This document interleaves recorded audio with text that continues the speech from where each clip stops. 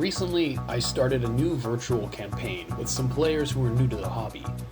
What I was dreading more than anything else was what visualization tools would I use? Would I need to use Roll20 or Owlbear Rodeo above VTT, Tailspire, even Tabletop Simulator? What gives me the systems and features that I want while also being flexible enough to be able to do improv on the spot? Theater of the mind? I have two veteran players who grew up primarily playing 4th edition and have grown accustomed to battle maps and more tactical overlays. Plus, having a grid and some tokens and minis is just cool. Slapping that reoccurring bad guy on there, I mean, there's just no feeling like when the players see something like that. Creating an interesting battle space also is a part of what gets me excited to plan.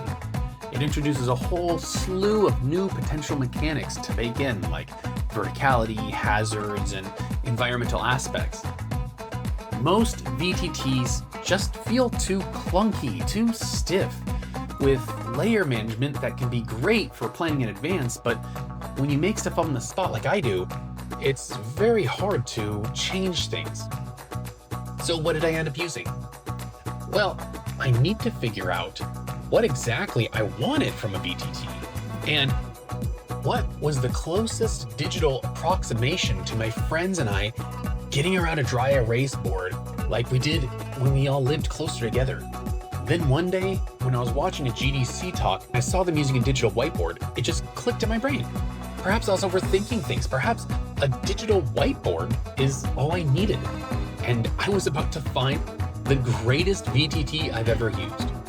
But before we go too far, let me explain what a digital whiteboard is and how it's different from a traditional virtual tabletop. A digital whiteboard is meant for businesses with remote workers to gather together and share ideas online. There's usually tools like a marker or sticky note, the ability to paste pictures, but why would this be more desirable than a virtual tabletop specifically built for RPGs? First of all, it's adaptability. Every VTT I've used seems like it was built by talented programmers, but lacked an elegant user experience. They're rigid and purpose-built to do a task. It's a lot like an airplane. It can take you from point A to point B in almost a straight line. The only problem is I don't want to have to learn all the levers and switches and meters and the procedures of flying a plane. Instead, I'll just drive my car. Sure, it's going to not be as direct, but it's also something that I'm already comfortable doing. And I love to take the scenic route. A digital whiteboard is just that. It's a car. It's simple and it's easy. There's gonna be some rough patches to drive through, but it'll take you wherever you want to go, and it meets you there. You don't have to DM on its terms. So I looked around and found a lot of these digital whiteboards to choose from, but the one that I've been using is Miro.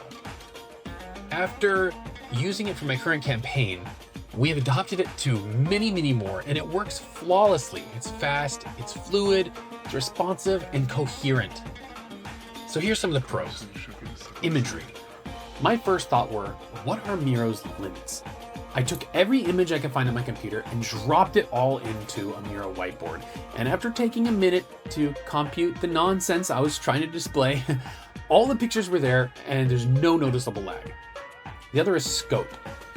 I zoom in to the greatest possible amount and begin to mock up some game assets, a dungeon map, throw in some NPC portraits, and then I zoom out, and what I had created was so minuscule, you could easily never fill up this whiteboard even after a years-long campaign, meaning you could display all of your adventure handouts, all your pictures, all your battle maps, all without having to delete anything.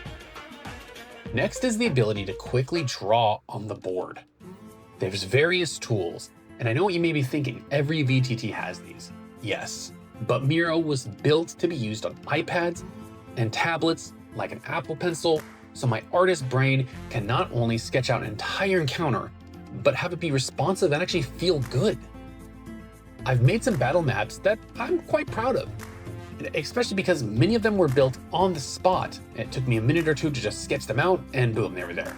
Next is file integration. Because this is used for businesses, you can import many different files into it. Even full PDFs can be displayed by everyone at the same time. Okay, now a con. Of course, this being a digital whiteboard, there's no good dice rolling solution that I know of, and there's no integration with things like D&D Beyond. I personally don't think these are a con, but I'm going to list this here anyway. Let me show you an example of what I can create in Miro in just a few minutes. By the way, guys, I hesitated to even make this video. I'm not one to gatekeep anything, but I really don't want Miro to catch wind that people are using this product in this way, because I would hate for them to create some kind of D&D entrepreneur subscription. So let's keep this on the down low.